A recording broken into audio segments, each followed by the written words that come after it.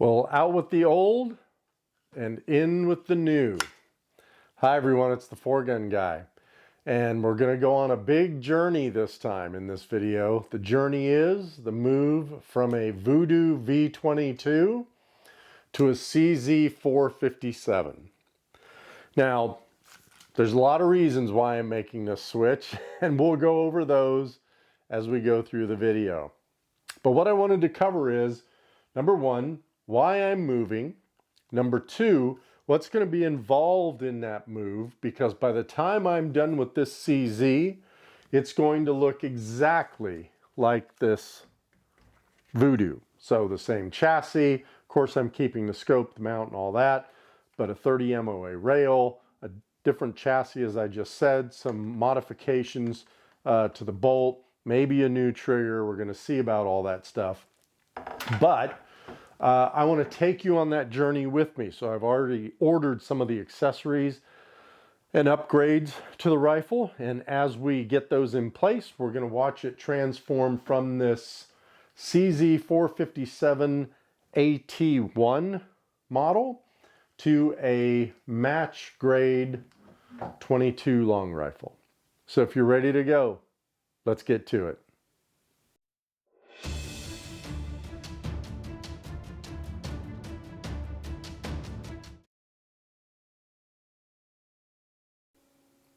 Let's talk about why the switch.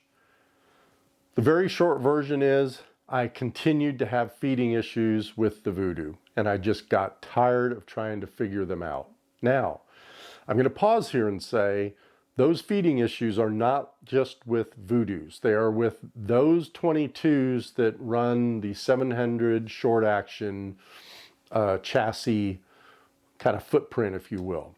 I've seen it on Bergaras, I've seen it on the Vudoos, so it's not specific to Vudoo. I think my issue was actually the chassis itself. I don't think the Vudoo liked this ACC chassis. I tried to do everything I could. If you watch my other video on how I, quote, fixed the feeding issues, and I did, I'd say I reduced them by 80%, but I still got into matches where I had feeding issues and I just couldn't deal with that anymore. So that was that. The bolt to me was just, it wasn't what I thought it would be. I think this bolt is much smoother, honestly. And I think I just like the shortness of this bolt, and I like the throw of the bolt. So I'm happy with that. But that was really the big reason. It was just the feeding issues, and I'd kind of lost confidence in it. So I think it was time to move on. And that's really why the switch. I looked at other rifles. I did look at the Bergara.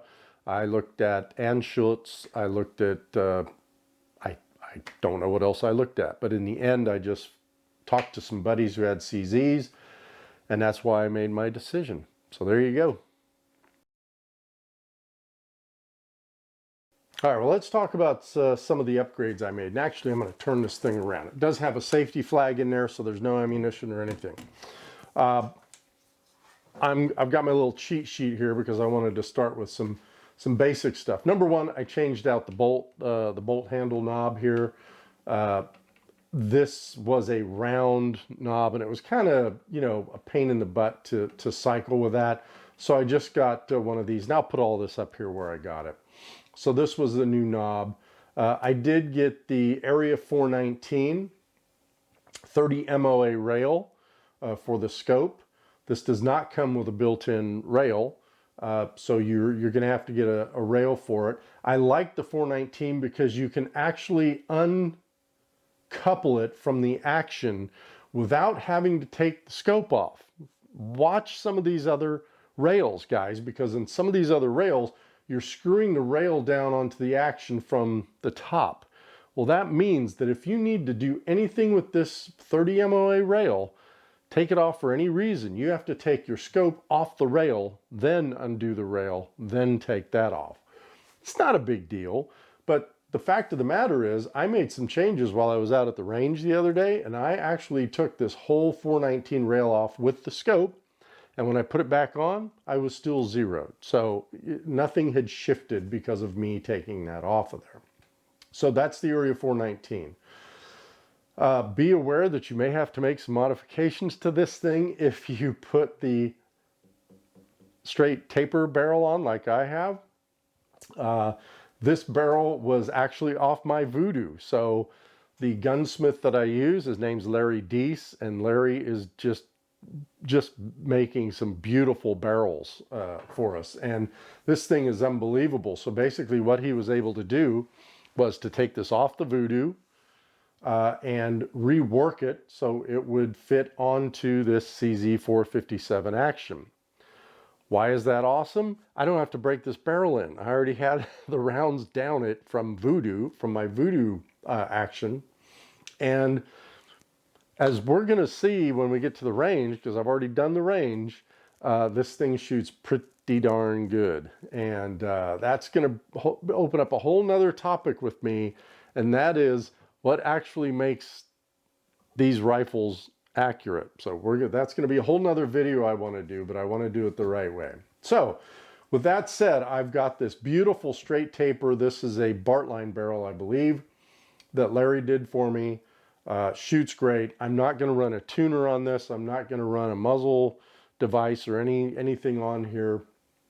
I could. He actually gave me the option to do that, and his machining is so awesome that you really don't even see the seam there. The next thing I changed out was another interesting aspect of this rifle, and that was the trigger. Now the trigger that comes with this rifle is a good trigger. It's fairly crisp, it's fairly clean. The issue I had with it was I couldn't adjust it down below about 3.5 pounds. And to me, that's just not good enough because I'm used to an 8-ounce trigger pull on my centerfire rifle and on the Vudoo that I had. So I went ahead and ordered a Timney trigger, and the Timney trigger is very good. It's very crisp. It's got an awesome length of pull. You can minimize the take up and the over travel of it. So I've done all that, and I've got this trigger down to about 10 ounces. I wanted to get a little higher than the 8. So this is down to about 10 ounces, but that was the other change that I made there. We talked about the barrel, and the last thing I want to talk about, well, I've got the tracked mounted on here, so I kept the scope. The last thing I want to talk about here is the chassis. Okay, well, really quick, and I'm going to try to keep this in focus. This is the mag release that I created, okay? And this is about 1.5 inches, about 1 inch to 1.25 inches longer than the Anarchy Outdoors extended mag release. So that means this thing is about almost 2 inches longer than the mag release that comes with the CZ457. Now, here's the issue. I don't have any ammo in this magazine, so we're all good. Here is a magazine with a +3 extension on it, okay? When I put this up in here, I can't get my finger up into that mag well. I could maybe get my little finger, maybe. So you see what I had to do. I had to actually make this mag release come out this far so I could just reach up here and take care of it. So look, that's the only thing I'm saying about the MDT ACC chassis. If you have a 3D printer and you can print yourself one of these mag releases, you know, have at it. It took me about a day just to figure it all out, but now I've got it. Okay, there's some videos out there, so I'm not going to go into too much detail, but you're basically taking a stone, a fine stone, and you're polishing, you're running the stone lightly on the underside of this bolt. And these numbers here are generally, when you first get this thing, they're going to be raised, and your bolt's going to be a little gritty. So you're going to run the stone on those, and then I also ran it on the edge here. I ran it a little on the corners and a little on the very front here. And then I took some sandpaper, and I think I was at like 600 grit or 800 grit sandpaper, ran it on here, and you're not doing this hard, guys. You're just literally polishing it. And then I took my Dremel to the whole thing, so I put on a buffing wheel, if you will, and then I just buff the whole thing up. But this really has made this bolt run even smoother. So just something you might want to look at. Okay, we're going to start here with some SK rifle match.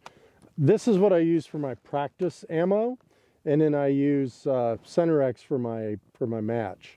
So let's go ahead and start with this, and I'm going to turn the trigger cam on. You can see I've got a battery wired to this thing because it's not holding a charge for some reason. Okay, so you should be able to see that. So I'm going to start with this target on the right, just so we have something to shoot at here. So let's back around. Of course, that all is in my way. See where we end up. Okay. Okay. This is cold bore too, so well, that's promising. And remember, this is a 4-pound trigger, so I'm used to an 8-ounce. Hey, that looks pretty good. So what I'm going to do is I'm going to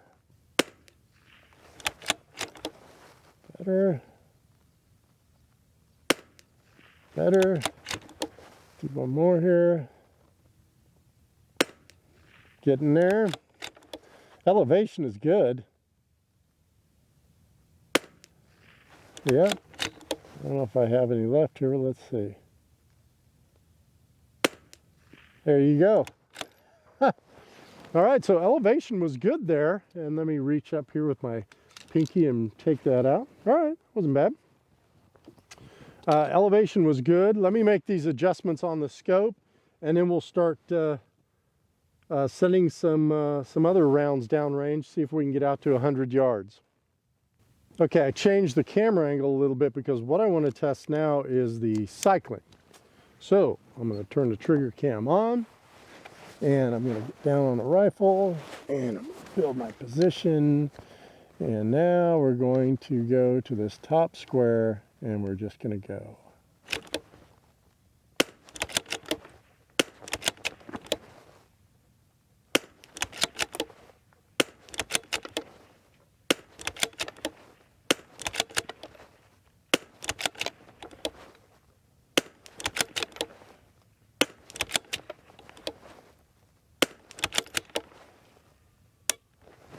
Okay, that wasn't bad actually. I have to get used to the bolt.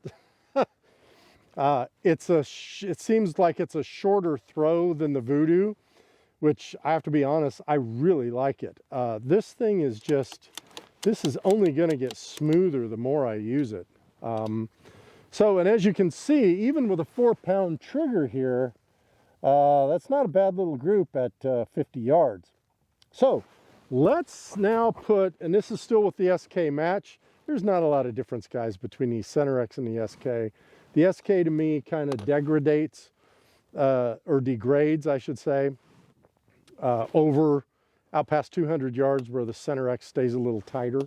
But let's get some more shots through here. Let's reach out to 100 yards and see what our group looks like. All right, let's take this right target, see where we end up.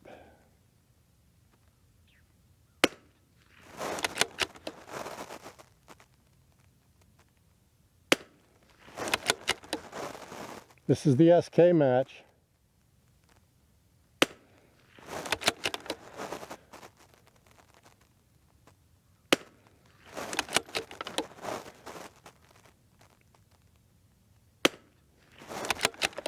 That's not a bad little group there, guys.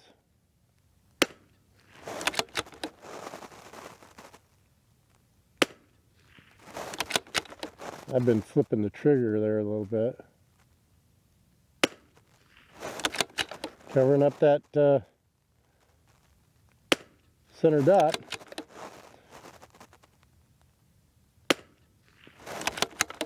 I think that's it. Yep. All right. Now that was SK match. Let's take that left target with some Center X. Let's see what happens there.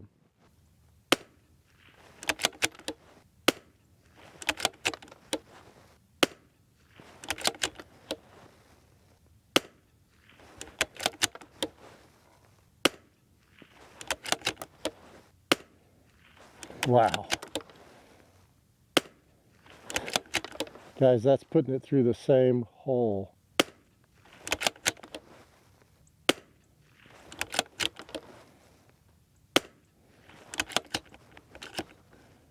Oops.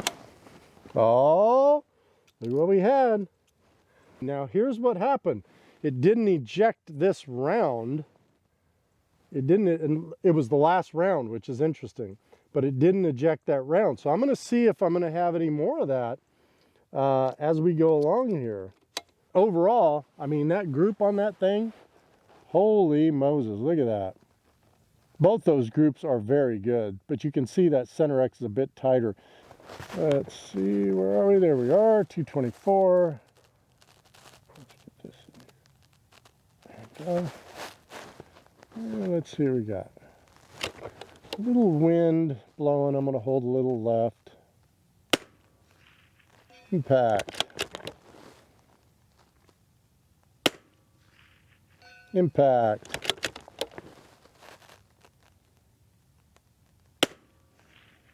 Impact. Impact.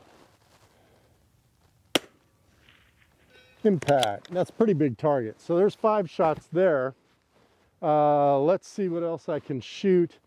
I'll get something else out there. In fact, we may go even further. Let's see what we can do.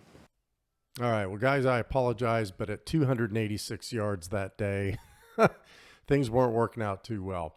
So here's what I did. It was a huge plate at 286 yards. I think these plates are like 4 feet by 4 feet. But what you're seeing here is that if you look at the letters like A, that was the first 3 shots I took. And you can't see the impacts on the backer or on the target because it's just too blurry. So I apologize for that. That was my wonderful trigger cam that I just sent back and got a new one sent to me. So, but that is the group. And if you look at the A group there, from the line, the blue line where I was holding and the letter A that I was aiming at there, that's where I was actually aiming when I shot the A group. The B group was exactly where I was aiming on the yellow B, and that deviation from vertical is only like 2 inches. So vertically, it was really good.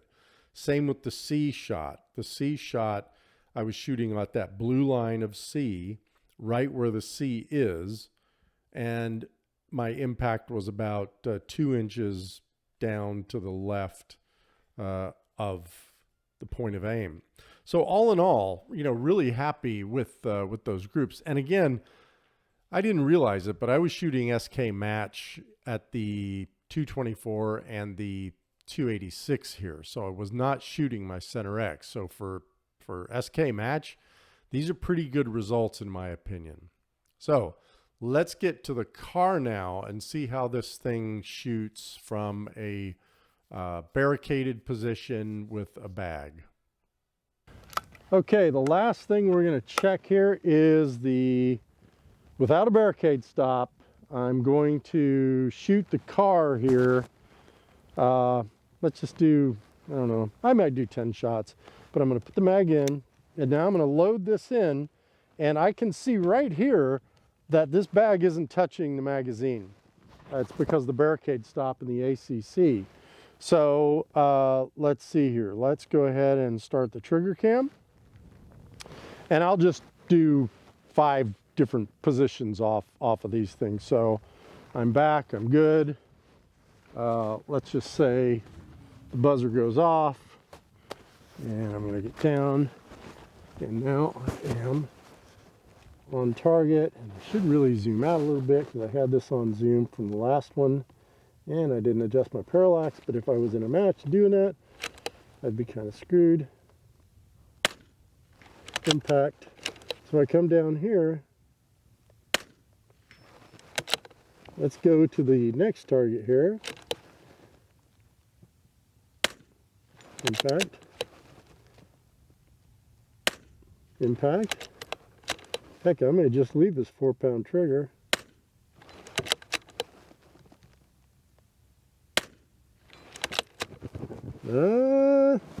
Yep. I'm going to bring this camera in so you can see this. See that right there? That's the case sticking out. So now we're having these issues, but I can tell you that is loaded into that. Now at the 50-yard range, remember, or I think it was 50 yards, might have been 100. Remember when I had the feeding issue, or the ejection issue? And I said, hey, I'm going to look into this and see what's going on. I had other ejection issues that day as well. And I called my buddy Larry and I said, what's going on here? And I pinged some other guys who own the CZs, and they all came back with the same answer. They said, your CZ is not your Vudoo. So they said, your Vudoo? In fact, one of them switched from CZ to Vudoo. He said, I had to slow down on the Vudoo.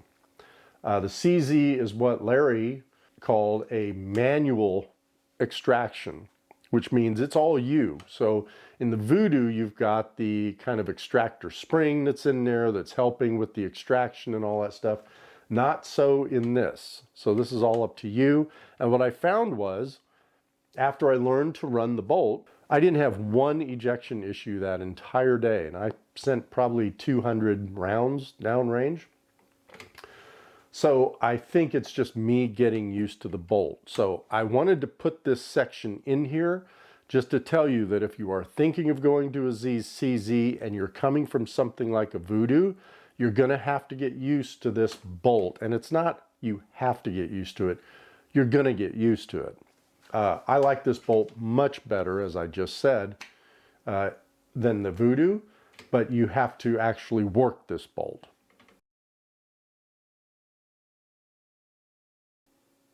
Well, thanks for hanging in on this one, guys. I really appreciate it.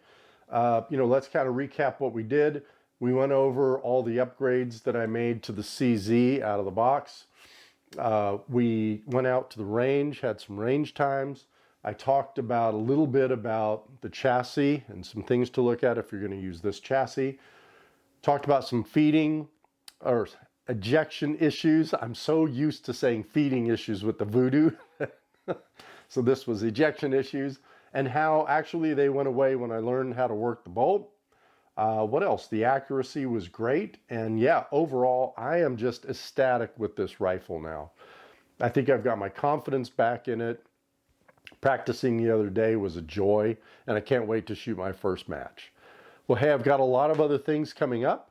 And as you can see below, some reloading stuff, some accuracy stuff, and I'm going to start not a series, but more videos on things like comparing two full-length sizing dies. And let's see if the one that's 3 times more actually makes a difference when we get out to the field and shoot than the one that's 1/3 of its price. So things like that. So anyway, thanks again, guys, for all the subscriptions, likes, comments. I really appreciate it. And until next time, shoot straight.